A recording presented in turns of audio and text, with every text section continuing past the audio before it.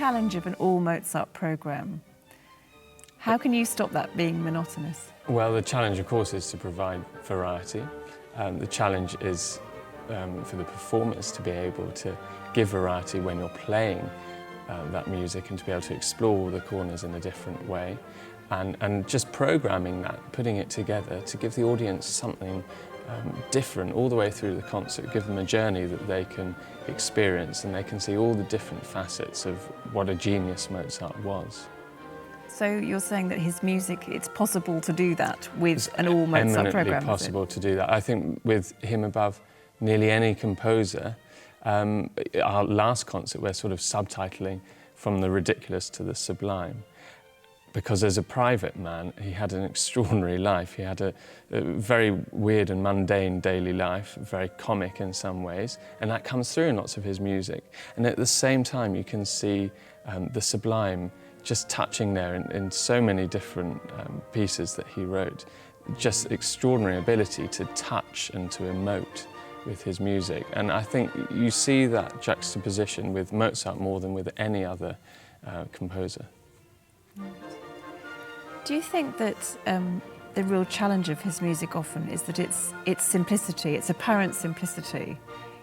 When you're approaching it as a conductor, you don't want to spoil the perfection of it. Is that one of the challenges that you feel approaching his music? I think there's a huge pressure on performers with Mozart that's built up over the years about how to perform it, and that's sort of come through this veneration of Mozart as a composer. I think come from the continent over to England, and I guess I feel that what we need to do nowadays is just look at it freshly and go your own way with it and say, well, here's my way of doing it. I'm not going to worry how that compares to what's come before, but this is how I feel it should go. And it's important to remember, as a young conductor like myself, Mozart died at age 35, having written the most extraordinary number of works. But he was a young man, and he was experimenting all the time. And I think you have to keep that same spirit when you're performing his music. And sometimes he's thought of as a rather tame and safe and perhaps nice music, attractive music. What do you feel, how do you refute those kind of misconceptions, really? Yeah, I guess that's not how I see him at all. Of course, music changes after Mozart. Once we move on to Beethoven, we see very obvious drama that you have to peel back the layers sometimes with Mozart. But look at his operas. Just go into that and see the level of drama that he's laying out in front of us, and you can understand that he's a theatrical composer in everything he does. There's that deep sense of theatre. So I don't see it as easy music to listen to, certainly not to perform. But I think there's a huge amount of depth under the surface. Talking of opera, you've named one of your concerts the Opera Night. Why was it really important to do that, to have an opera night? Our brief for the series with Aurora Orchestra was to look at the concert arias, and Mozart wrote loads of concert arias as standalone pieces, I think 54, something like that, mainly for soprano, some for male voices as well. Standalone arias where there's a text for a singer and orchestra together, and some of those come from opera, from the huge number of operas that he wrote, but not very many. So we wanted to also look at his wealth of opera, which is perhaps where Mozart excelled above all genres, and just give a flavour of the drama, the story that comes out from particularly the last 5 years of his life, when he wrote sort of 4 or 5 of the most extraordinary pieces that have lasted with us since then.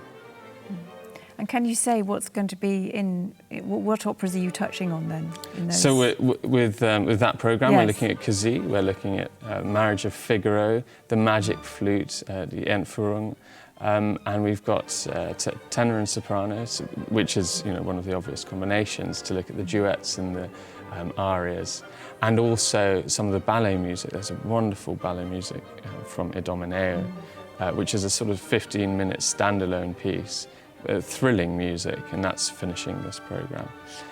But throughout the series, we've been very lucky to get a whole host of different singers and artists to perform with us. And you're also going to be doing some of the great symphonies in your series, and you personally conducting the Hafner and the Paris symphonies. What's exciting for you about approaching those? I think just the ability to have a look at these slightly less known symphonies. They're not like the last three, you know, which are very well known. Paris is a piece I've done before quite a few times, and it's a wonderful piece. It's less often played than some of his other later works, but there's so much virtuosity, so much virility to it, and as a conductor, you know, it's so exciting to be able to bring that to life. And we're also very pleased to have Sir Colin Davis conducting our very first concert in the series, and he's looking at the Linz Symphony. So that'll be an amazing way to start off the whole proceedings. The Linz and the Hafner belong to that period of his life where he suddenly speeded up, and he composed some of those late symphonies at breakneck speed. Why do you think that happened? Personally, it's why do you think? the same with all his output at that last period, particularly his last 5 years. And of course he died on his deathbed without having completed the Requiem. But I think that he unlocked an ability just to write, just to pour out this music. And perhaps he knew something was coming. Perhaps he knew that he was in the most extraordinary creative part of his life.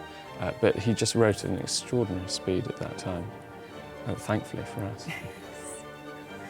Just looking at the whole of your programme, can you touch on some of the other titles that you've named them? Because I know concert arias are important, but you've given each one of your programmes a different character. That's right. One of the most important features of our series with Aurora has been to bring in other artists. And so our first concert with Sir Colin Davis, which has been a real privilege to be able to get him on board. For me as a conductor, he is the prime Mozart conductor there has ever been. Before the historical performance movement kicked off, he was the one that brought Mozart to life. I wasn't there to see it, but I've heard the recordings. And he gave Mozart a new spirit and a new breath. And so to be able to welcome him into King's Place with Aurora is a huge, huge privilege. Rosemary Joshua is singing concert arias in our next concert. And she's the focal point of that concert. For me, I sang when I was in university in my choir, and we did a tour with the Orchestra of the Age of Enlightenment, and she was singing in Handel's Jephthah. And I vividly remember her up at the top in the gallery above the orchestra and thinking, that is sublime, that's like being in heaven. So again, a huge honour to be able to welcome her to sing 2 concert arias with us in March. Then we've got the opera night, and then we move on in September we've got Sam West involved, the actor, looking at Mozart's letters. We thought it'd be an interesting way of delving into Mozart's private life, which is really extraordinary. I mean, the letters are so personal, but in such a mundane, normal way. It's just normality at its best. It's well documented how Mozart in his letters is sort of scatologically obsessed, ribald and sort of dirty in his humour. But that comes across, and it's quite important for us to see that, so that we don't put this veneer on him as a composer all the time, on his, as you say, on the perfection element of Mozart, but that we understand his rustic side. So Sam's going to be looking at some of the letters, and we've got baritone Christian Imler as well, to draw that into what I hope will be a really interesting juxtaposition. And lastly, we have the Requiem, which is obviously one of his most well-known works, and that's with the Choir of King's College, Cambridge, conducted by Stephen Cleobury.